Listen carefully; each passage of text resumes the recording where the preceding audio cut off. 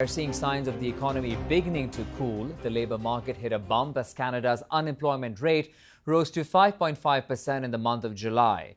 The economy lost a net of 6,400 jobs as the unemployment rate rose just 0.1% to 5.5%, marking the third straight month of increases.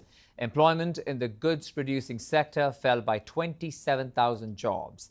And TELUS has announced it's cutting 6,000 jobs. The Vancouver-based telecommunications company says the layoffs include 4,000 workers at its corporate office and another 2,000 jobs at its digital services provider, TELUS International. Let's now bring in David McDonald, Senior Economist at the Canadian Centre for Policy Alternatives to the program. David, good afternoon and thank you for your time. Sure thing. Thanks for having me. All right, let's try and make sense of this. Ideally speaking, if somebody would say that unemployment is increasing, it's not good news. But in this case, we are assessing things very differently now. Well, these numbers are very similar to last month. They're certainly within the margin of error. And so statistically speaking, there's really been no change. This is the third month of unemployment rate increases, as you said, but much of that increase is actually due to more people looking for work. If you're looking for work, you count as unemployed, and therefore you're included in the unemployment rate. And so this is maybe one of the ways that, one of the positive ways the unemployment rate can go up is because more people are looking for work. When it comes to the wage rate, that as well went up in July, hitting 5% in the July data, up from 4.2 last month.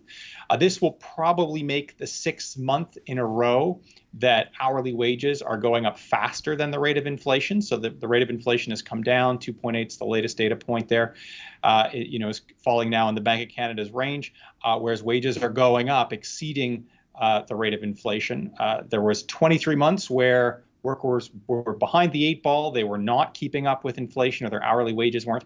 And now they're catching back up. So this will be the sixth month where they are keeping up and exceeding the rate of inflation.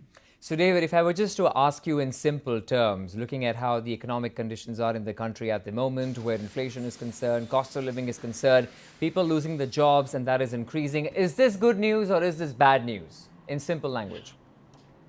Well, it continues to be neutral news, similar to last month. The labor market remains strong.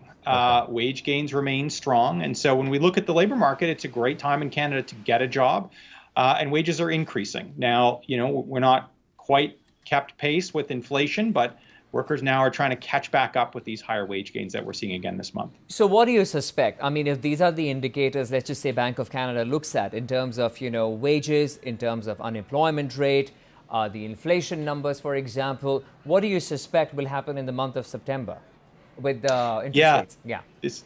This might be a situation where good news is bad news. The labor market is strong, wage gains are strong, but this may well be bad news from the Bank of Canada's perspective. They don't want to see wage gains strong. They don't want to see low unemployment. They would like to see higher unemployment and slower wage gains in particular, because they are concerned this will further drive inflation. I'm not sure that's true. There's not a lot of evidence that that's true, but that is certainly what the bank thinks. And so this may put in store for us another rate increase or two in the fall, despite being already at 5%. All right, we'll leave it at that for now. Appreciate that analysis. David McDonald, Senior Economist at the Canadian Centre for Policy Alternatives. Thanks, David. Thanks for having me.